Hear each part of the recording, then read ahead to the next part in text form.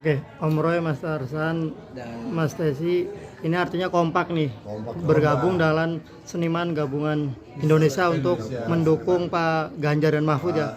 Oke, mungkin boleh ceritakan apa mungkin alasan kuatnya mendukung Pak Ganjar dan Mahfud? Sebelumnya kan dulu Pak Jokowi banget nih, Om Roy. Seperti apa? Ya, begini, kalau ini pribadi masing-masing. Iya, iya. Mungkin jawaban Mas Tarsan beda, jawaban Mas Tasi beda. Kalau saya percaya, pertama ada dua, alasan emosional dan alasan rasional.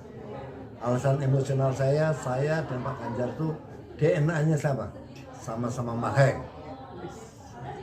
Kalau alasan rasionalnya adalah ketika kita memilih calon pemimpin, kita harus lihat 10 tahun yang lalu apa yang dia kerjakan, sekarang apa yang dia kerjakan, dan apa yang dia pikirkan, dan gagasan apa yang dia akan lakukan. Saya melihatnya bahwa Pak Ganjar tanpa cacat celah. Dia sudah membuktikan dirinya bekerja dengan efisien. Bukti-bukti mengatakan dia luar biasa di Jawa Tengah. Waktu 2 kali, DPR dua kali, artinya apa? Dia mumpuni.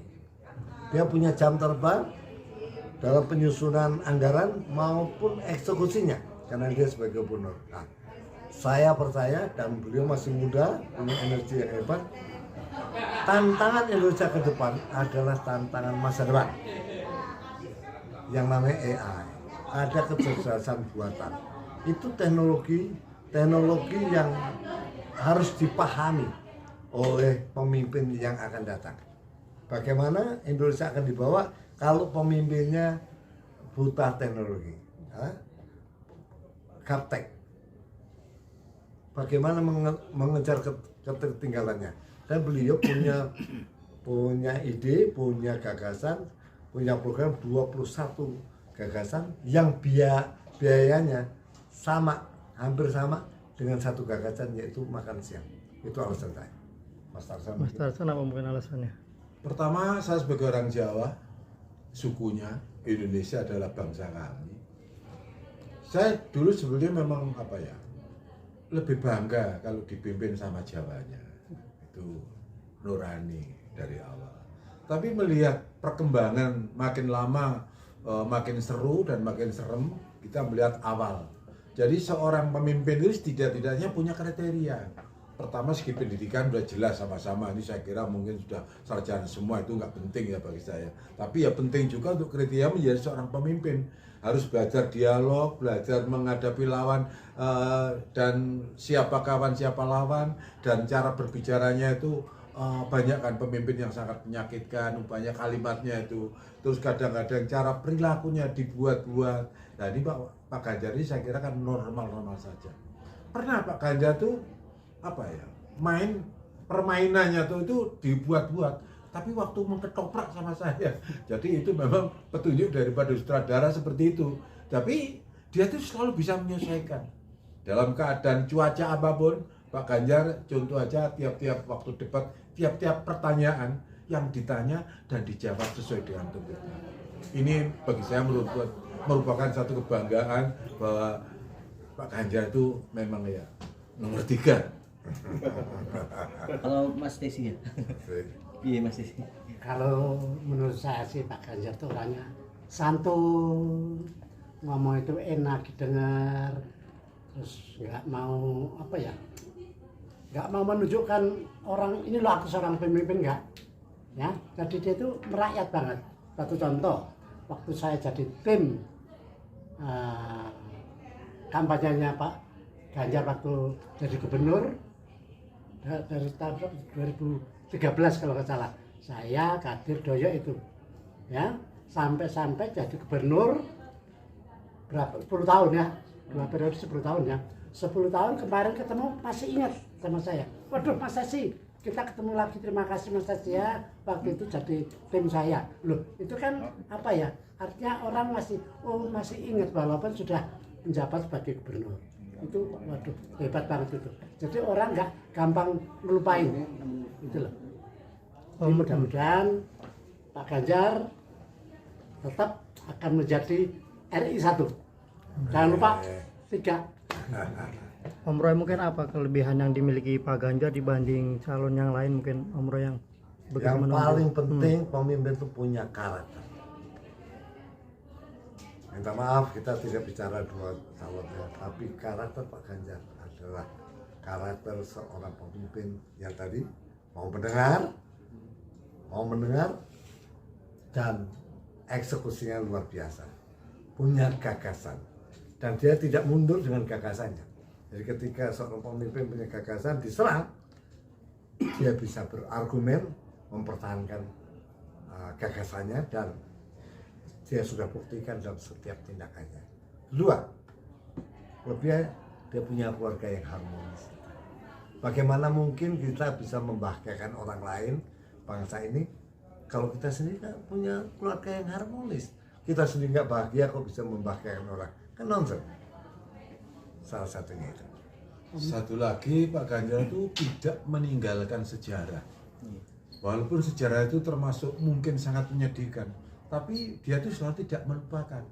Contohnya waktu kuliah, dia itu kalau nggak salah pernah makan di warung, pernah ngebon. Begitu jadi gubernur didatangi. Ini adalah sejarah. Dia jadi gubernur karena dia tuh bisa makan tiap hari di situ. Mungkin katanya kalau nggak salah pernah ngebon juga. Itu waktu jadi gubernur. Belum nanti kalau jadi presiden. Mudah-mudahan tidak akan melupakan semua peristiwa-peristiwa yang setidak-tidaknya mungkin menyakitkan, tapi akan menjadi satu kemanisan. Om Roy, ini kan jalannya GSI untuk Mas Sasi dulu dong. Mas Desi, kelebihan dari seorang Pak Ganjar di mata Mas Desi. Om Desi. Kalau kemarin kita ketemu sama Pak Ganjar dan kita mengadukan apa sih gagasan GSI, ya ternyata beliau merespon. Nah itulah. Jadi apa yang kita punya harapan, beliau itu selalu menerima. Oke, ya mudah-mudahan aja kalau nanti jadi presiden jangan lupa sama GSI.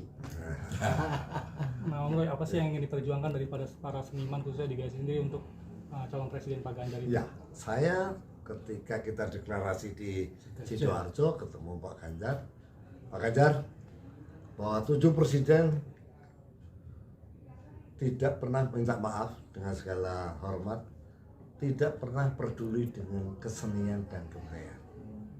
Minta maaf, selama ini kesenian dan kebudayaan hanya diambil pajaknya, tapi pemerintah dalam hal ini abai. Maksudnya kita karena pemerintah ini selalu abai dengan infrastruktur kesenian dan kebudayaan.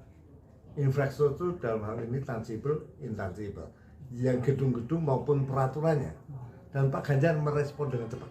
Oh, oke, kita ketemu, kita bicarakan. Sebuah respon yang cepat. Ini menarik, satu gagasannya nanti kalau beliau jadi presiden, mudah-mudahan kita semua diundang. Apa sih maunya seniman? Kita maunya kepingin bagaimana kalau kita mencontoh Korea. Bagaimana Korea itu dengan apa? Dengan tariannya apa namanya?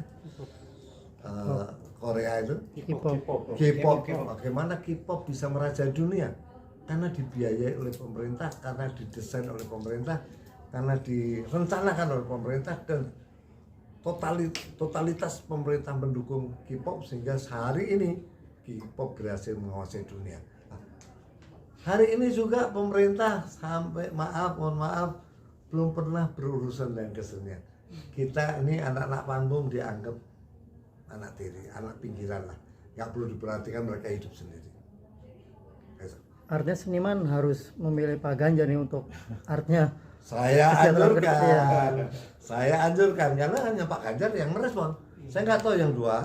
Saya kira yang dua punya agenda yang lebih besar, memberi makan gratis misalnya, atau membuat 40 Jakarta kayak Jakarta yang, mohon maaf, dua-duanya mimpi di siang hari bolong. Tapi kalau Pak Ganjar semuanya oke, masuk akal. Dan kalau kesenian ini dibentuk, maka kita percaya kesenian Indonesia akan eksis di dunia. Udah berapa terkumpul mungkin anggota seniman Oh, kita Indonesia? ada ya, ratusan lah. Ratusan. Di daerah juga ada. Karena kita kan lintas kesenian. Cuman yang aktif ya Dan teman-teman ini. seluruh Jawa saya kira ada waktu ngumpul di Sidoarjo itu Surabaya, Jogja, Solo, Jakarta semua datang ke sana. Ratusan. Oke, ini buat para om-om senior kita ya, seniman senior kita, sedikit dong kita membahas tentang